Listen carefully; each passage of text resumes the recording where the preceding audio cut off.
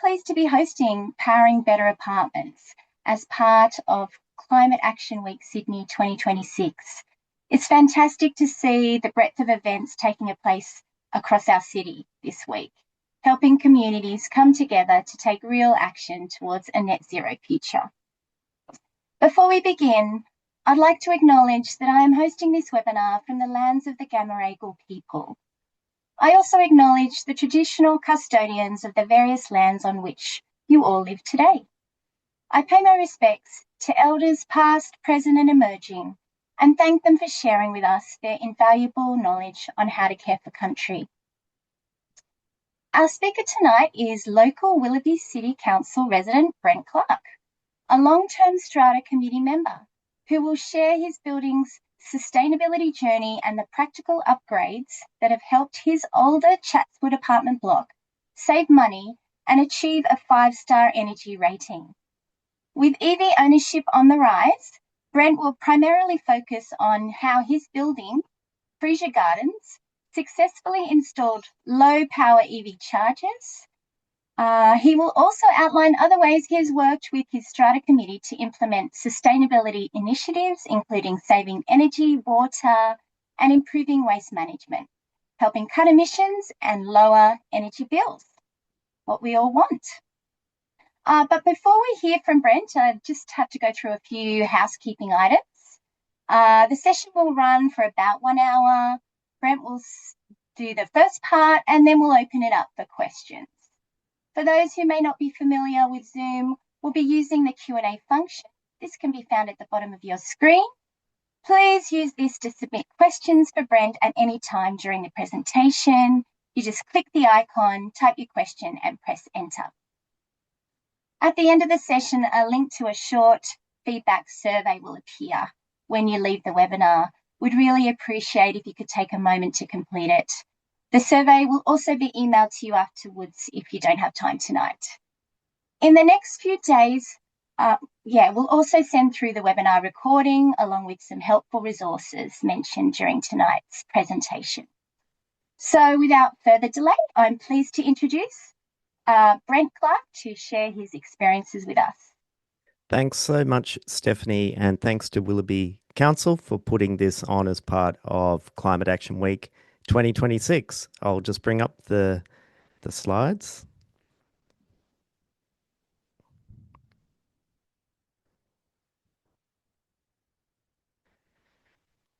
Okay. Thanks everyone for joining us. We're embarking on this presentation on powering better apartments, EV charging and energy efficiency in action at Frisia Gardens, which is my home, which you can see on the screen here. We'll be going through the first half of the talk. We'll be looking at EV charging, and then we'll look at more energy efficiency and water efficiency that's been done in my apartment building. So why I'm talking to you tonight is we go back to 2017, and I actually walked home and walked through the garage, and I came across this Toyota Prius with a dangerous cable running across the basement car park where the cars drive and into this power outlet in the basement car park. And it's a common area power outlet, which means they, as well as being dangerous, they were also stealing power from the common property meter, which everyone in our strata building of 40 units pays for. And we also have a problem that in the past we've had this basement car park flood as well, probably up to about 10 centimetres above the floor level where that electrical cable was going. So I unplugged it, but I took a photo, and that started us thinking about getting EV charging into our building. And then in 2023, same common area power outlet in the basement car park. This time it wasn't a Toyota Prius, it was a Tesla Model 3. And they had done something safer, which I do have to compliment them on, which is they'd actually run an extension lead and wrapped it around this water pipe a number of times to get over to the power outlet. And so it wasn't as dangerous as when the Toyota Prius was stealing the power from this power outlet, but it was still being paid for by the owners' corporation. So we go ahead a little bit more. In 2024, there was an early adopter Tesla Model S driver in the apartment building, and they went and got permission from the owners' corporation that they could use a power outlet in the visitor car park and charge, but they would record manually the kilowatt hours of each charging session and multiply that by an average electricity rate and reimburse the strata scheme. So that was our first time of doing manual cost recovery for EV charging in our apartment building. Now, that's not a long-term solution, and we thank the New South Wales government for creating an EV-ready buildings costing tool, which provides a cost estimate for a strata building like ours, and you can put in a number of different input parameters. Like, for example, we've got 51 car spaces for the 40 units in our building, and you might want a faster charger in the visitor car park. And then this New South Wales tool, which it's great it exists and was provided for free by the New South Wales government, but it estimated that we'd have to spend $200,000 to fit out every car space in the building with a level 2 EV charge point. And that's a level 2 EV charge point that might be at single phase 16 to 32 amps.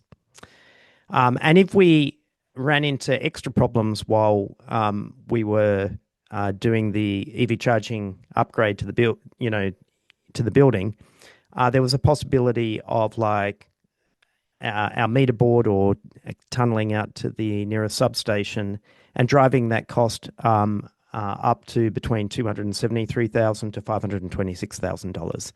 And as a strata scheme of 40 units, we didn't have that money to be able to do that. Now, something that happened in end of 2025, we already had NBN connected to the building, and we also had pipe networks as fiber to the basement. And Gigacom is a new entrant that came to our building and said we want to provide, at first they wanted to provide base station high-speed internet into our building and put a tripod on our roof and provide us with internet that could be signed up by the individual apartments through that. But one day we want to put solar panels on the roof, and we didn't want to lose the space with the tripod for the Gigacom equipment on the roof. So we asked them to do fiber to the basement, which they did, and instead of putting the tripod on the roof. And they were going to connect that up to our common area meter. So they gave us an option that they could pay us $500 a year as an owners corporation for the power that their fiber to the basement equipment plugged into our common area meter would take, or they could provide us with a modem and a router and a fast internet account for the common areas of the building. And we elected to take that. And so on the screen, you can see our free modem and router that was given to us by Gigacom with a free unlimited fast internet account.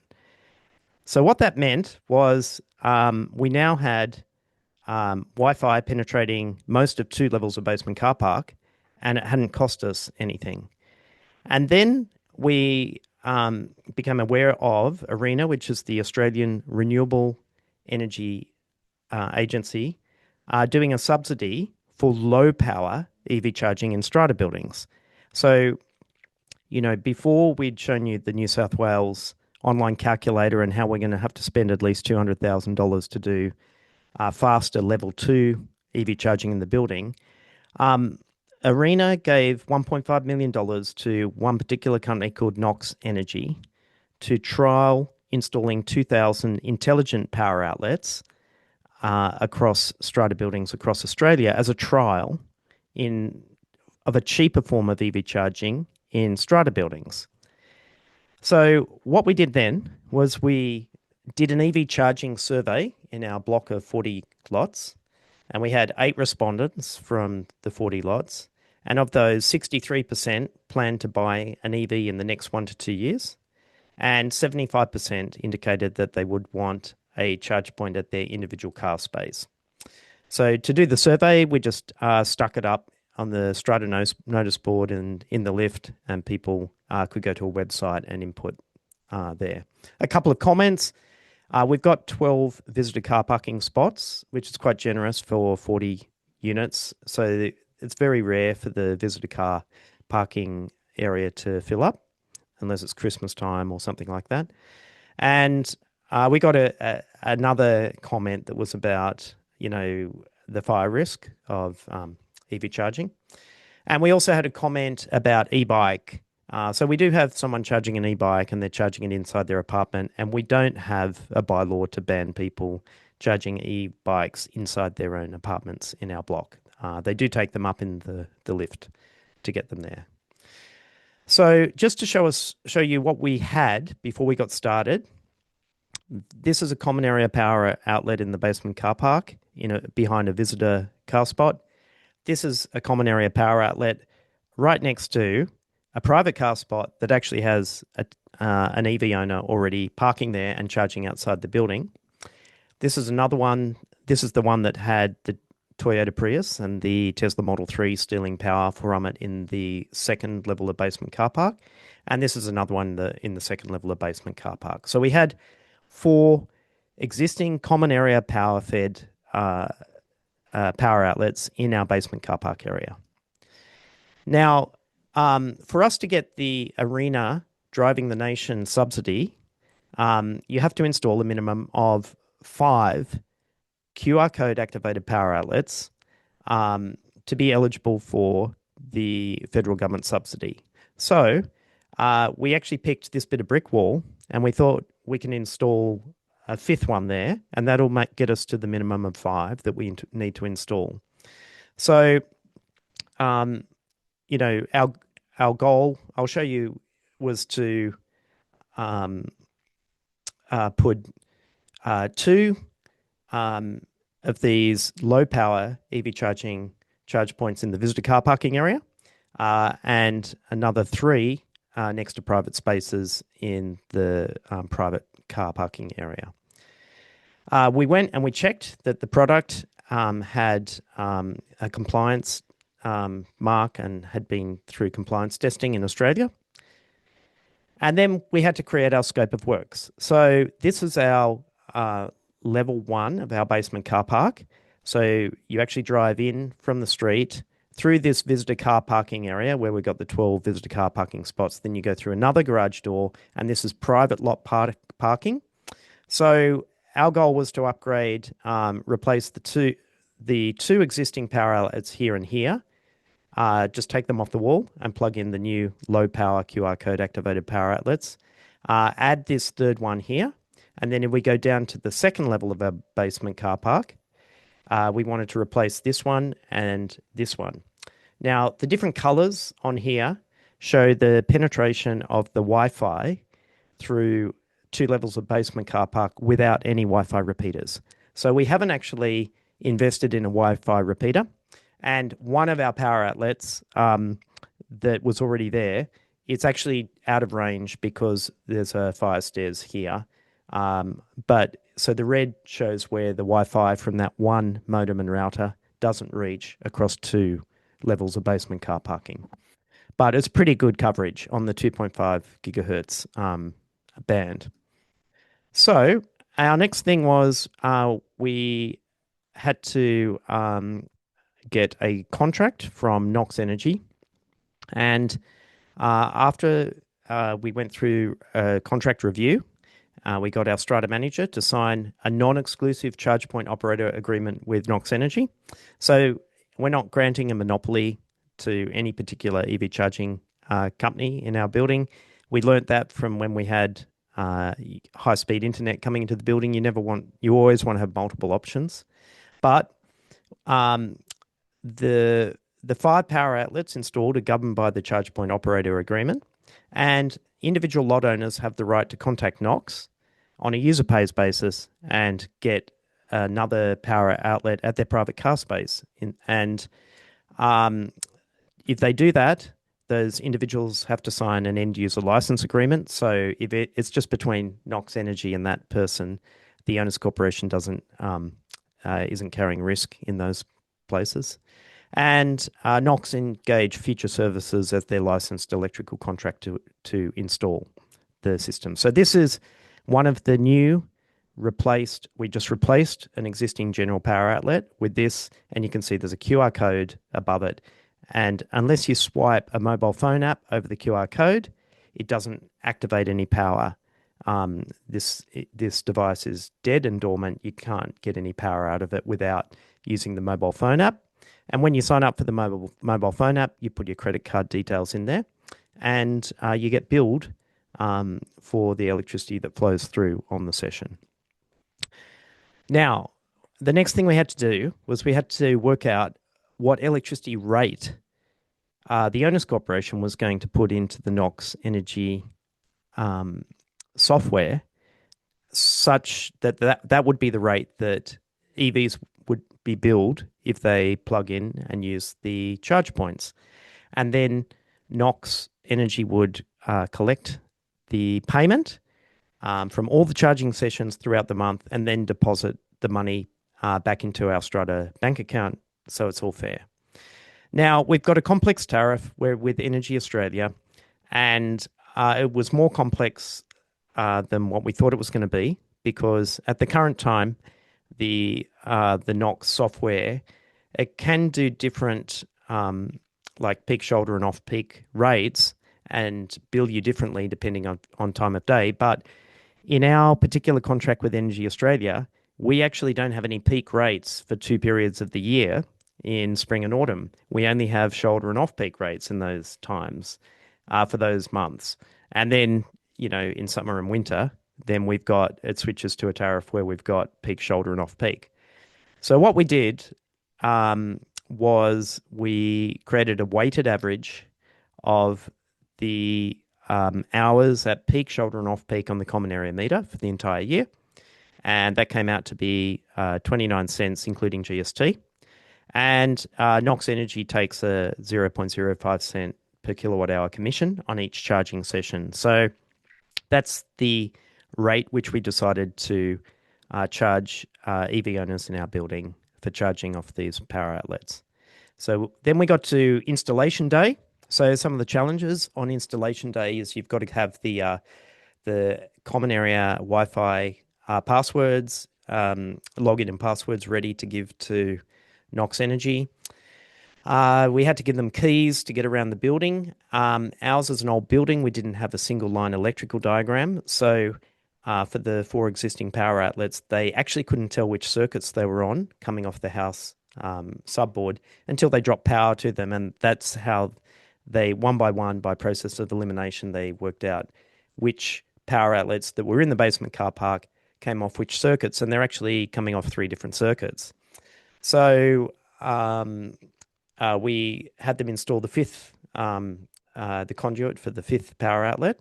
And then they labelled these so that in the future we know which circuits they're connected to. It took about 3 hours for the electricians to install the 5 power outlets.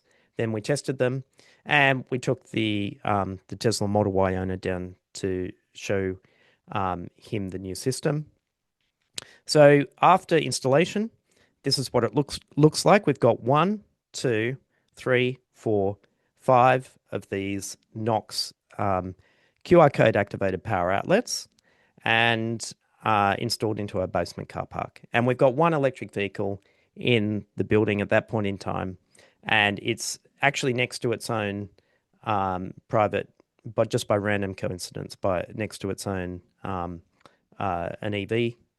But since we did this install in December, it's now March, and we've gone from having one EV in the building to having three EVs in the building. So it doesn't take very long for people. And I think with rising oil prices, more people will start to buy the electric vehicles once you get the EV charging into your own apartment building.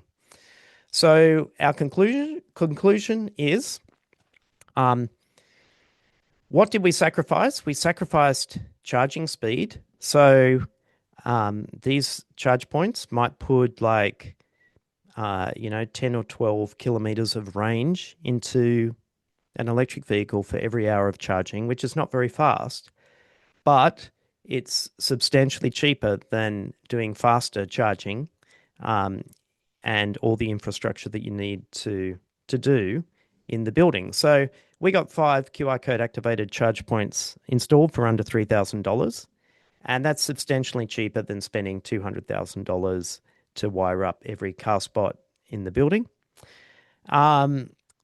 Now, what we might have some more costs a little bit later on when we get more EVs. There aren't people contesting the charge points at the moment, but we might have to pay for bollards and a booking system for people to be able to get in and use the ones that are in the visitor car parking spot. We don't need to at the moment. The other thing is the cost. If the Tesla Model Y owner was to go to the Tesla supercharger in Chatswood, Westfield, they'd be paying 60 to 80 cents per kilowatt hour. And if they charge inside our building slowly, it's like 50 to 63% cheaper. So it's actually more convenient for charging inside your own building.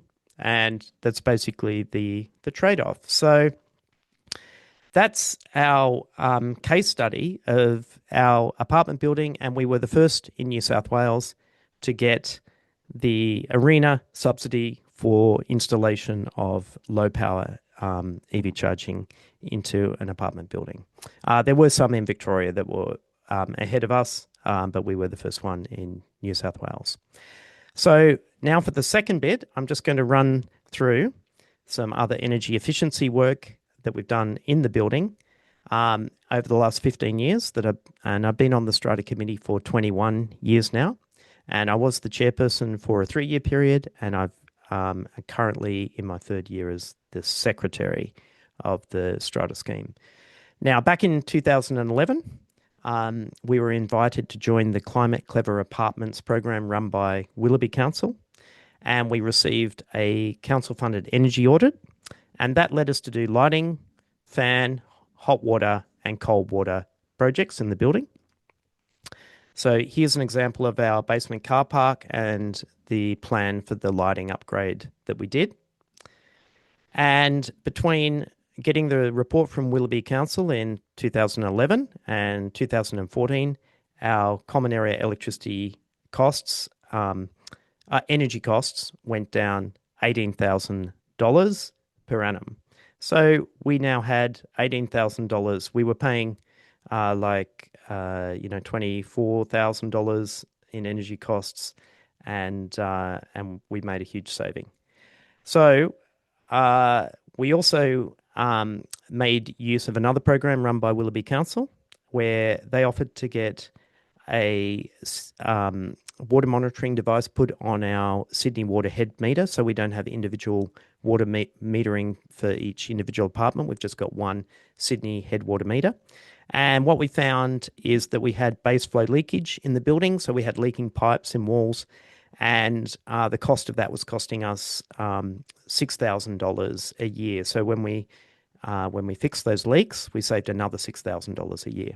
And then we also installed a Beehive smart irrigation system, which connects via Bluetooth and Wi-Fi to water the gardens. And that's a smart watering system that you can use even during times of drought. And it goes via Wi-Fi and checks the local weather station at Artarmon and alters the watering schedule of the garden based upon the data. And if it rains, it's got a normal schedule where it'll water every second day. If it rains, it stops watering for like sometimes up to 14 days. So we we're actually picked up by UNSW, who did a case study of the 5-year benefits of energy saving in our building. And we used all this free cash flow to start improving our building with new upgrades. And our sinking fund health was up 65% over the 5 years.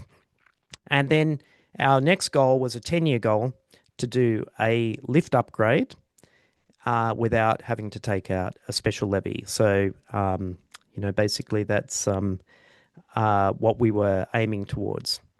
Now, in 2018, the New South Wales and federal government together launched the Neighbours for Apartment Buildings Energy Ratings System, and we were one of the first 10 apartment buildings in Australia to be rated under that.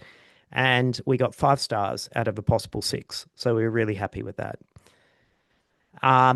In 2019, we installed a PowerPal energy monitoring device on our common area meter, and you can see our common area meter using 80 kilowatt hours per day on that. And that could be installed without an electrician. It was just safe for a strata committee member to install it. It just puts a little thing over a flashing light on the electricity meter to get the data. And in 2021, we did the investigation for switching our common gas hot water storage system over to an electric heat pump. That project was going to cost us $77,000 and save us $14,000 a year, but we didn't get the votes to go ahead with that. Some people were unsure of heat pumps, and people were concerned about noise if it was going to be near their apartment. And then people were also fearful that we wouldn't make our 10-year goal of doing a lift upgrade without having to raise a special levy. So we gave our research to a building down the street and Brian Peck at Serenity, and we're really happy that the apartment block 2 doors down the street did install solar panels and a heat pump. And the difference is, in their building, a 2-bedroom apartment owner pays $200 a year for hot water, and we're still paying up to $1,200 a year for hot water and gas cooktop. So 2025, we made our 10-year plan of being able to do a lift modernisation and not have to raise a special levy. And we got some energy saving features with our lift modernisation. So when no one's in the lift, the lights turn off.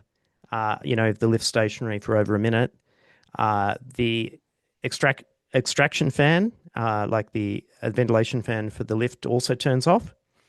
And the lift has what's called a regenerative drive, which is similar to if you've been in an electric vehicle and you don't use the brake, it uses the vehicle slowing down to recharge the battery. Well, our lift, when it's slowing down, sends electricity back into the common property meter, the same using that regenerative braking. So our lift upgrade project was $220,000, and that's been in for a couple of months now. And one other thing for waste management, look, we know that this is a problem in every apartment building, particularly when tenants move out.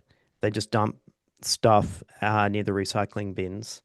But during COVID, we actually set up a WhatsApp group for our building, and this improves communication through all the residents. So it's a WhatsApp group for anyone living in the building, whether they're a tenant or an owner-occupier. And we use it for a number of different things. But one thing that it's been really, really useful for is improving our waste management. First of all, if anyone dumps stuff in front of the green bins, which are meant to have like the green leaf matter put into it, or if people don't break up cardboard boxes, or in the garbage chutes, if people jam up the garbage chutes, or just leave their new air conditioner boxes in the foyer, all these things get photographed and put on the WhatsApp group, and people are asked to fix the problem. And so I went on Jimmy Thompson's Flat Chat podcast, and I did a podcast on WhatsApp to the rescue, all the things that the WhatsApp group for our building has helped us with. It's not just waste management. It helps with security of parcels which are delivered into the building. It helps with people that are new to the country that haven't seen a huntsman spider before and are freaking out about that because it's in their own private lot and they don't know what to do about it. So that's our WhatsApp group, and it's improved communication, across the building. And we'd encourage other strata buildings to do that. When someone new comes into the building, we just slip a QR code under their door and they can join up like that. So, one last thing that we did in 2025 was thinking about the future. We were passing some bylaws and we saw that over 1 million balcony solar systems have been installed in Germany. That it's probably more than that now because that was around July last year. And we have very expansive balconies. You can see they probably need a paint, but what we were thinking is we could actually pass a bylaw and allow flexible, lightweight solar panels to be installed just for the benefit of the individual lot if it's wired in correctly. And so we actually, in that red area of which is a typical balcony on our building, you could fit two 520-watt panels, so you'd have over a 1 kilowatt solar system. And so we passed a bylaw to allow this. No one's taken it up yet, but as the equipment reaches to Australia in the future and it becomes easier to install from a regulatory perspective, we're ready to go for balcony solar systems as well. So that's the end of the formal part of the presentation. And I was just going to say we've set up this WhatsApp group called Electrify Strata, and there are 300 enthusiasts on there that have done solar, batteries, EV charging, heat pumps in their own apartment buildings. And, we welcome anyone to come and join this group and chat with the other people, put a question on there and get some help. So I'll stop the share and I'm happy to throw back to Stephanie and we can take some questions. Sure, thank you for that. That was really helpful. I'm sure people got a lot out of that and can see what can be done with an existing apartment building. So thanks for all those practical tips. We do have a few questions here, which we'll get to. But before we do, I just wanted to just let our Willoughby City Council residents know about a bit more about that free level 1 energy audit that you mentioned. These are still available for apartment buildings in our LGA. These audits provide advice on upgrades like lighting, solar battery storage, EV charging, and payback periods. So if you're on a strata committee or own a residential strata and would like to access this service, we'll include that link in with the webinar recording. So please take advantage of that. As you can see, it's really helped Brent's apartment block. Also, we'd love to get you to sign up for our Live Well in Willoughby e-newsletter to keep up to date with the latest news and events in our LGA, and we'll send that link through as well. I have a few questions here. Douglas is asking, when was your apartment built? 1999 was the year. It probably became occupied in 2000. Yep. Okay, great. And another question from Sam was, how did you respond to questions about needing more fire safety infrastructure? Yeah, so it's come up a few different times. We did the survey that was one way of getting some feedback from the people in the building. But one of the things that we pointed out is we already had this Tesla electric vehicle parking in the building every day. And we had done some research, and there's a company called EV FireSafe, and they track all the statistics around the risks of EVs and EV charging. And just to give you an idea, the four risk factors that they had outlined that increase the chance of a fire from the electric vehicle are if it's been involved in a collision outside the building while it's driving, if it's been driven through like salt water or like through flood water, if it's under recall and it hasn't been taken back in for its recall notice. I think there was like a Volvo battery problem recently. And the other thing is if it's been exposed to fire, like a wild bushfire, they're the four risk factors which increase the risk of the the thermal runaway and the spontaneous combustion of the electric vehicle battery.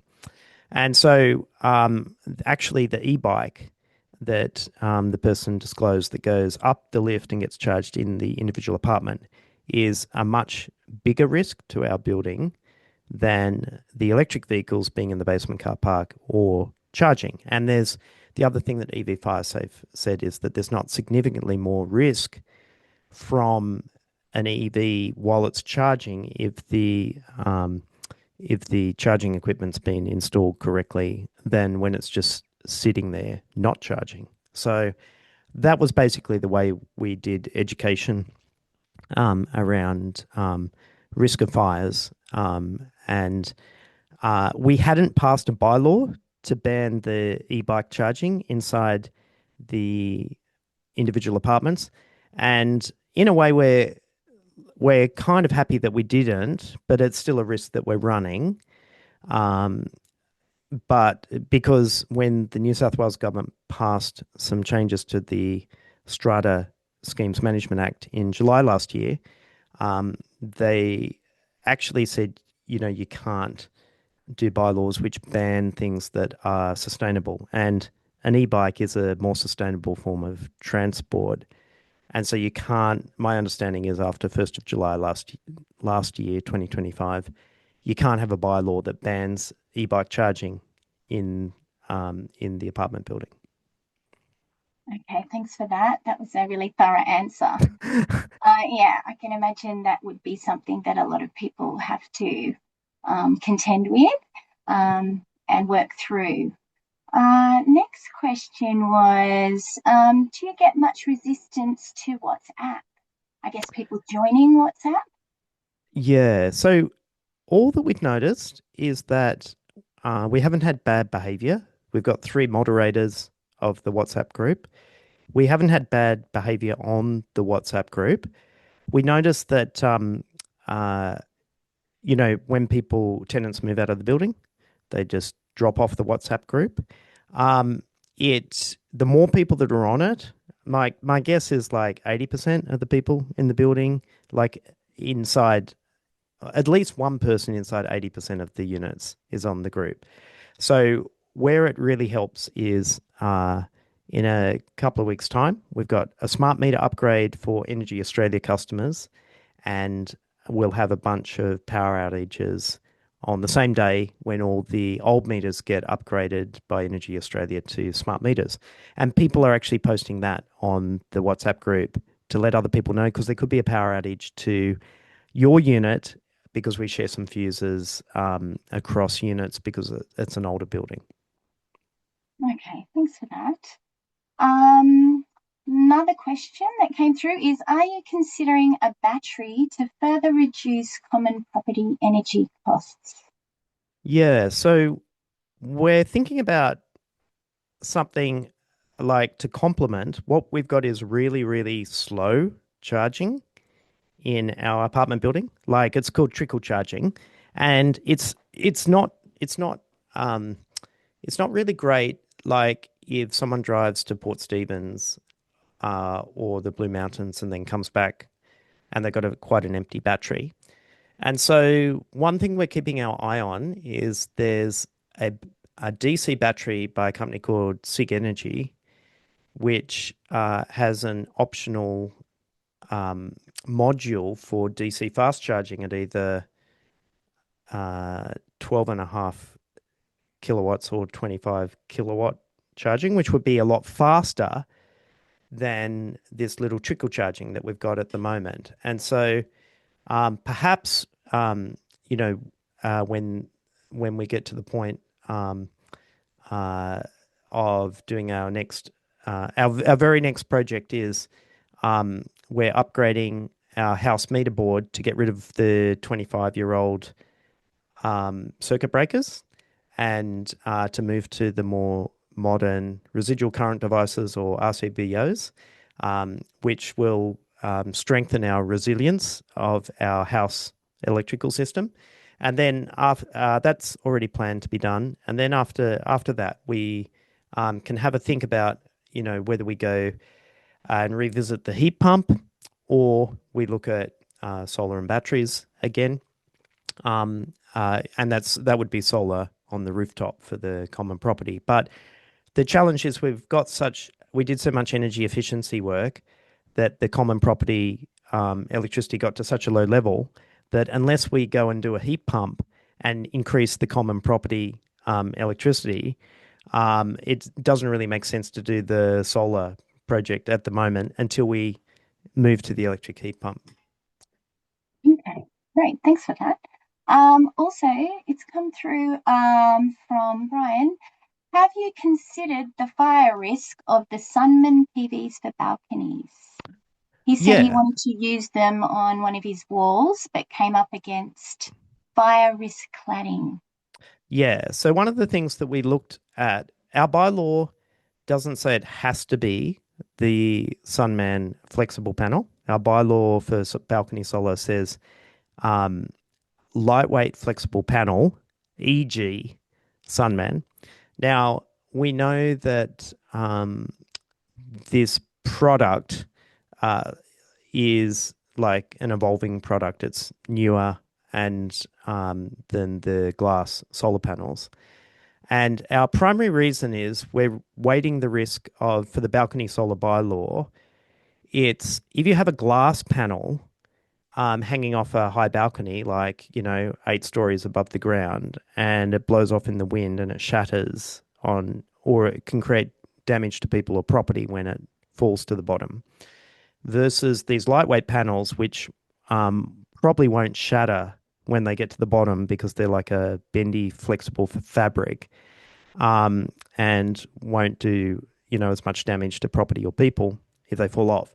And so we also noted that the federal government is putting $150 million into the Hunter Valley Solar Foundry to help that company Sunman scale up the production of their lightweight solar panel.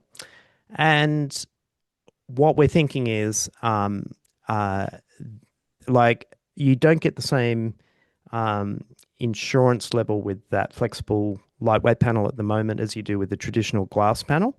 But what we're thinking is in the future, after that $150 million has been spent to scale up that panel, it will probably get the insurance cover and it will get into the tier 1 list for solar panels. And then at that time, it should be a more mature product. So, you know, we're only aware of 2 other strata buildings that have used it in Sydney at the current time, and 1 in Melbourne. Okay, great. Thanks. That's lots of information there. But yeah, it sounds like something to keep your eye on. Next one is, let's see, it says you've got some compliments here, lots of compliments coming through. Great presentation, Brent. There is discussion that power socket and portable chargers would need temperature sensor to ensure they don't catch fire. Would these mean additional management from strata as they create insurance issue? Yeah. So, when you do the level 2 EV charging with the more expensive power charge points, you get a lot more um, electrical equipment inside those level two chargers. They're a superior product to the level one EV charge points, which we've got.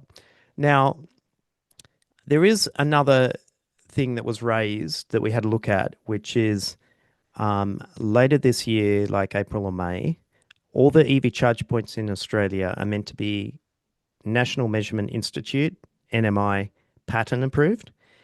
Um, Now, my understanding, what we understand is if you install any level one EV charge points prior to that point in time, you've got a 10-year grandfathering clause. And also, this particular company that we used, um, they've tested the accuracy of their meter inside. We have seen um, some other companies that are using similar products. There must be about 5 or 6 companies now in the Australian marketplace, like Alchemy Charge and Ready Steady Plug and Combined Energy and Omigo and Power Logger. And some of them are building now like bigger housings for their level one charge points to allow natural heat dissipation, um, uh, to get more heat out of those systems if they're doing longer term charging. Um, in Strata, you've always got to balance the risk of what was there, and we replaced 5 really crummy 25-year-old power outlets with 25-year more modern power outlets. So what you've always got to do in Strata, it's a risk management process, and it's like, well, when we had the Tesla Model S plugging into that 25-year-old power outlet, that was probably a bigger fire risk to our building than a brand new product that was installed in 2025 in December. Yeah, good point. Last ones we have here, it says the slides mentioned an owner could install such outlet at their car space. How much approximately would it cost?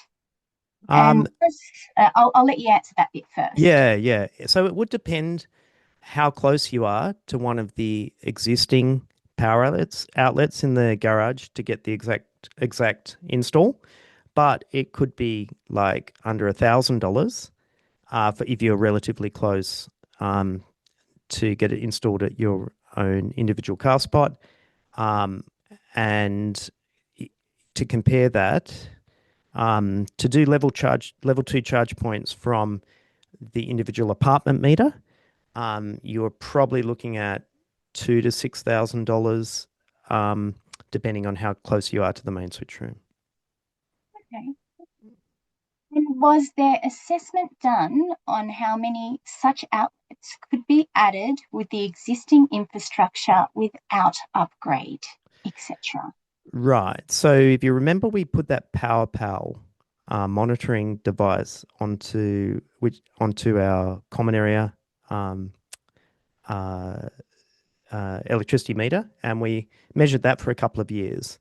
And the what happens with this current system that we've got is as you add more um, intelligent power sockets on the same circuit, it uses the Wi-Fi to do round robin rotational load management.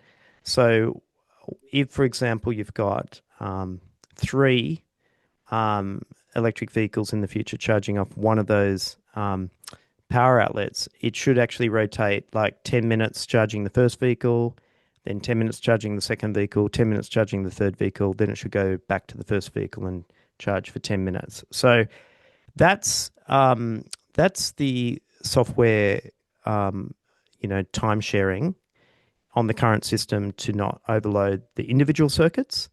If you had a look at how much we've saved from doing all those energy upgrades, remember our common areas now use about, I don't know, 20%, 30% of the um, electricity each day that they did when the building was constructed in 2000, 1999, 2000. So effectively what we're doing is we've got all that extra capacity, maybe 70% extra capacity in the building that isn't being used because we've done all those energy efficiency features, that, the load on the common circuit's gone down so much compared to when the building was built.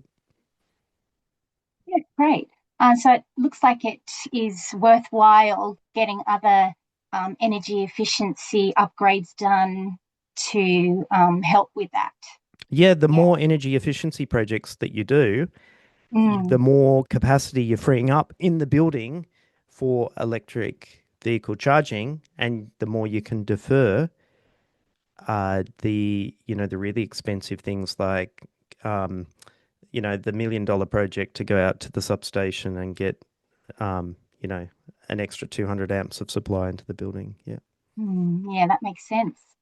All right, thanks. That's all the questions for tonight.